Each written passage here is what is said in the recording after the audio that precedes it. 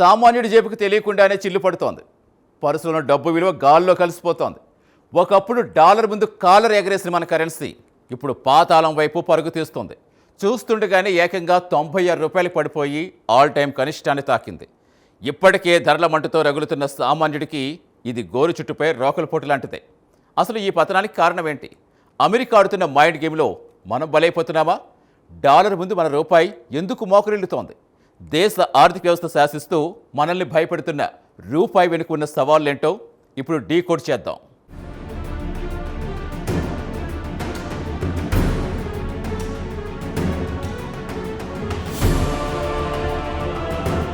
ఒకప్పుడు అమెరికా డాలర్తో మన కరెన్సీ ధీటుగా నిలబడితే ఎంతో గర్వంగా ఫీల్ అయ్యేవాళ్ళం. కానీ ఇప్పుడు రోజురోజుకు పతనమవుతూ సామాన్యుణ్ణి సైతం తీవ్రంగా కలవరపెడుతున్న అంశం ఈ భయపెడుతున్న రూపాయి. ఈ ఏడాది ఆరంభంలో కేవలం 90 రూపాయల వద్ద ఉన్న మారకం విలువ మనం చూస్తూ ఉండగానే ఈ 5 నెలల షార్ట్ పీరియడ్లో ఏకంగా 96 రూపాయల ఆల్ టైం కనిష్ట స్థాయికి పడిపోవడం ఎకానమీకి ప్రమాద ఘంటికలు మోగిస్తోంది. డాలర్తో పోల్చుకుంటే రూపాయి మరీ ఇంతలా బలహీనం కావడం అనేది దేశ ఆర్థిక చరిత్రలో రాబోయే ఒక పెను తుఫాన్కు స్పష్టమైన సంకేతాలిస్తోంది. ఇది కేవలం స్టాక్ మార్కెట్లో కనిపించే నెంబర్ల స్పెక్యులేషన్స్ మాత్రమే కాదు, సామాన్యుడి పర్స్కు భారీ చిల్లు పడుతోందని చెప్పే ఒక చేదు నిజం.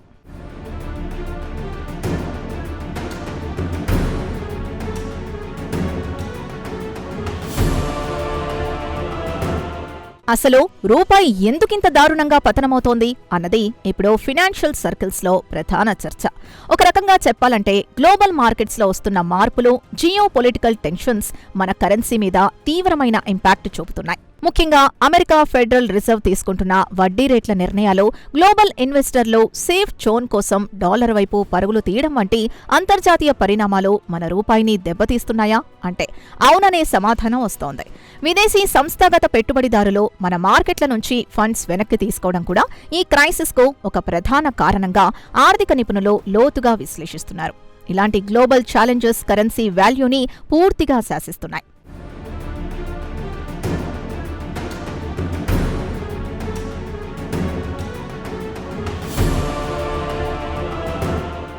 రూపాయి బలహీనపడటం వల్ల ప్రధానంగా దేశీయంగా ఎదురయ్యే ఇబ్బందులు సామాన్య మిడిల్ క్లాస్ ప్రజల రోజువారీ జీవితాల్ని అతలాకుతలం చేస్తున్నాయి.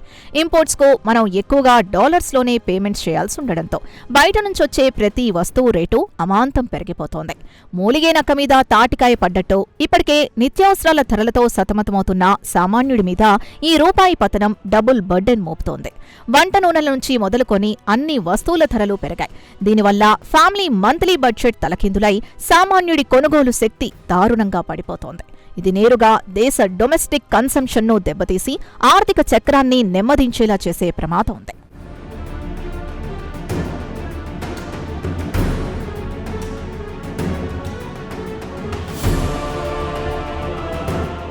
మన దేశ ఎకానమీని ఎప్పుడూ టెన్షన్ పెట్టే ప్రధాన అంశం ముడి చమురు ధరలు.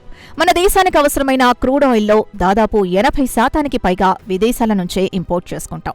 ఇప్పుడు రూపాయి విలువ ఏకంగా 96కి పడిపోవడంతో ఈ పెట్రోలియం ప్రొడక్ట్స్ కోసం మనం డాలర్లలో వెచ్చించే ఫారిన్ ఎక్స్చేంజ్ బిల్లులు తడిసి మోపెడవుతున్నాయి.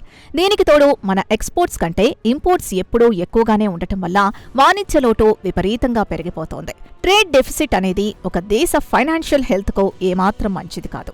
ఈ భారీ క్రూడ్ ఆయిల్ బిల్లులో నానాటికి పెరిగిపోతున్న వాణిజ్య లోటు నేరుగా మన దేశ కరెన్సీ మీద ఊహించని ప్రెషర్ తీసుకొస్తున్నాయి.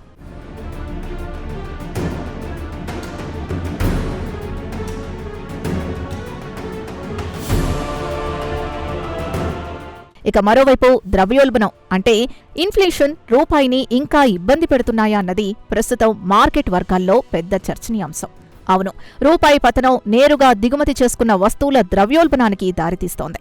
ఇది ప్రొడక్షన్ కాస్ట్ పెంచేసి అల్టిమేట్గా కన్స్యూమర్ మీదే భారం వేస్తోంది. ఈ పరిస్థితిలో కేవలం ఇన్ఫ్లేషన్ను మాత్రమే కాదు, దేశ వృద్ధి రేటు అంచనాలు తలకిందులు చేసేలా ముందుకొస్తున్నాయి.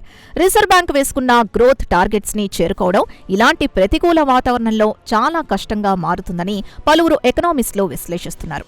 ఈ మొత్తం సైకిల్ ఎకానమీకి ఒక స్పీడ్ బ్రేకర్లా మారి అభివృద్ధి నిలిచిపోయే ప్రమాదాన్ని సూచిస్తోంది.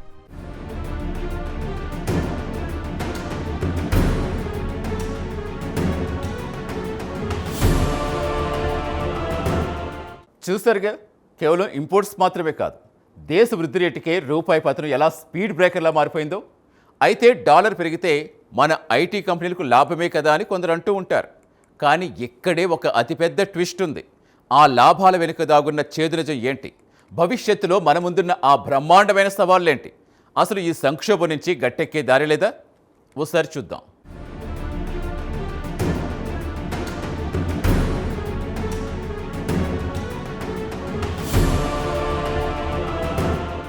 రూపాయి పతనంతో కేవలం ఆయిల్ మాత్రమే కాదు, మనం రోజువారీ వాడే electronic gadgets, smart phones, pharmaceuticals, చివరకు పసిడి దిగుమతులు కూడా భారీగా భారమవుతున్నాయి.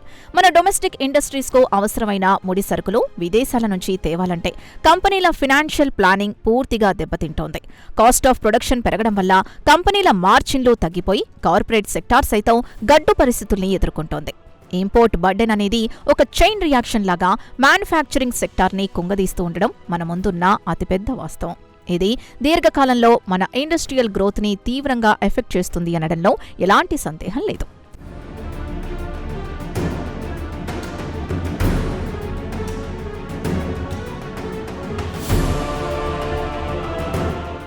సాధారణంగా కరెన్సీ వీక్ అయినప్పుడు ఐటీ, సాఫ్ట్వేర్, ఫార్మా లాంటి ఎక్స్పోర్ట్ సెక్టార్కు మంచి లాభాలొస్తాయని అందరూ అనుకుంటారు. ఎందుకంటే వాళ్లకొచ్చే డాలర్ రెవెన్యూలో రూపాయల్లోకి కన్వర్ట్ చేసినప్పుడు అదనపు ఆదాయం వస్తుంది. కానీ ప్రస్తుత గ్లోబల్ సినారియోలో డిమాండ్ పూర్తిగా మందగించడంతో ఆశించిన స్థాయిలో ఎక్స్పోర్ట్స్ పెరగడం లేదు. అంటే ఒకవైపు ఇంపోర్ట్స్ కోసం ఎక్కువ ఖర్చు చేస్తూ, మరోవైపు ఎక్స్పోర్ట్స్ ద్వారా ఆశించిన లాభాలు రాకపోవడంతో మన ఎకానమీ అటూ ఇటూ కాకుండా పోతోంది. ఇది రెండు వైపులా పదునున్న కత్తిలా మారి మన ఆర్థిక వ్యవస్థను మరింత గాయపరుస్తోందని, ఈ అంతర్జాతీయ పరిణామాలు మనల్ని ఎంతలా దెబ్బతీస్తున్నాయో మనకు స్పష్టంగా అర్థమవుతోంది.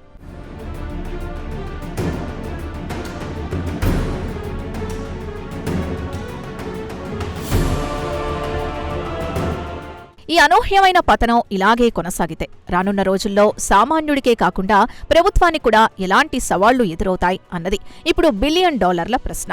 ఫారెన్ కరెన్సీ రిజర్వులు కరిగిపోవడం, విదేశీ అప్పుల భారం పెరగడం, మౌలిక సదుపాయాల ప్రాజెక్టుల వ్యయం అమాంతం పెరిగిపోవడం లాంటి ఎన్నో దారుణమైన పరిస్థితులు ముందున్నాయి. అలాగే విదేశాల్లో చదువుకునే మన స్టూడెంట్స్కు ట్యూషన్ ఫీజులో, లివింగ్ ఎక్స్పెన్సెస్ భరించలేని స్థాయికి చేరుకుంటాయి. ఎకనామిక్ ఇన్స్టెబిలిటీ అనేది అన్ని రంగాల మీద ఒక నెగటివ్ షాడో క్రియేట్ చేస్తూ భవిష్యత్తు మీద ఎన్నో సందేహాలను, సరికొత్త సవాళ్లను సృష్టిస్తూ జనాల్ని మరింత ఆందోళనకు గురిచేస్తోంది.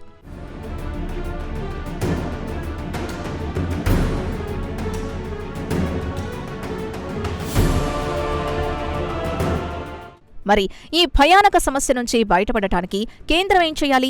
రిజర్వ్ బ్యాంక్ ఆఫ్ ఇండియా కేవలం ప్రేక్షకుడిలా కాకుండా ప్రోయాక్టివ్ స్టెప్స్ తీసుకోవాల్సిన సమయం ఇది. పరిస్థితి పూర్తిగా చేయి జారిపోయిన తర్వాత బాధపడే కంటే ముందుగానే అలర్ట్ అవ్వాలి. ఆర్బీఐ తన దగ్గరున్న డాలర్ రిజర్వ్స్ని వ్యూహాత్మకంగా మార్కెట్లోకి వదులుతూ రూపాయి ఫ్రీ ఫాల్ని అడ్డుకోవాలి. అలాగే ఫారిన్ డైరెక్ట్ ఇన్వెస్ట్మెంట్స్లను ఆకర్షించేలా కేంద్ర ప్రభుత్వం పారదర్శకమైన, అనుకూలమైన పాలసీస్ని వేగవంతంగా తీసుకురావాల్సిన అవసరం ఎంతైనా ఉంది. అప్పుడే ఈ కరెన్సీ వోలటాలిటీకి ఒక చెక్ పెట్టి మార్కెట్లో మళ్లీ నమ్మకాన్ని నిలబెట్టగలం.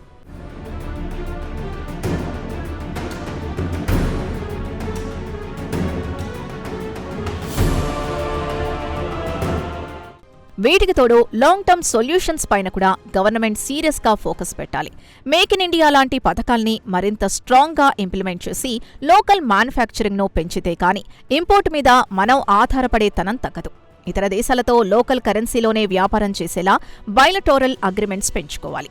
ఈ డీ-డాలరైజేషన్ స్టెప్స్ వల్ల భవిష్యత్తులో గ్లోబల్ మార్కెట్స్లో ఎలాంటి కుదుపులు వచ్చినా మన రూపాయి సేఫ్గా నిలబడుతుంది. ట్యాక్స్ ఇన్సెంటివ్స్ ఇచ్చి ఎక్స్పోర్ట్ ఓరియంటెడ్ ఇండస్ట్రీస్ని ప్రోత్సహించడం ద్వారా మన ఎకనామిక్ ఫౌండేషన్ని స్ట్రాంగ్ చేసుకోవచ్చని సులభంగా అర్థమవుతోంది. ఇలాంటి సంస్కరణలే శాశ్వత పరిష్కారం చూపుతాయి.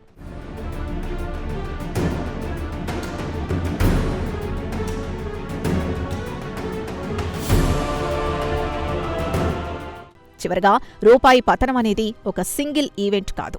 ఇది మన స్థూల ఆర్థిక వ్యవస్థ పనితీరుకు ఒక అద్దం లాంటిది. అంతర్జాతీయ మార్కెట్స్లో వస్తున్న సవాళ్లు మన కరెన్సీని దెబ్బతీస్తున్నాయా అంటే ఖచ్చితంగా అవుననే చెప్పాలి. కానీ దానికి బలైపోకుండా దృఢమైన పాలసీలతో ఆర్థిక క్రమశిక్షణతో మన రూపాయిని దక్కించుకోవాల్సిన గురుతర బాధ్యత పాలకుల మీద ఉంది. పటిష్టమైన చర్యలు తీసుకోకపోతే ఈ భయపెడుతున్న రూపాయి రేపు సామాన్యుడి బతుకును మరింత దుర్భరం చేయడం ఖాయం. పాలకుల మేలుకొలుపు, సరైన వ్యూహాలే మన కరెన్సీకి పట్టిన ఈ గ్రహణాన్ని వీడిపోయేలా చేసి మళ్లీ రూపాయిని బలంగా నిలబెడతాయని ఆశిద్దాం.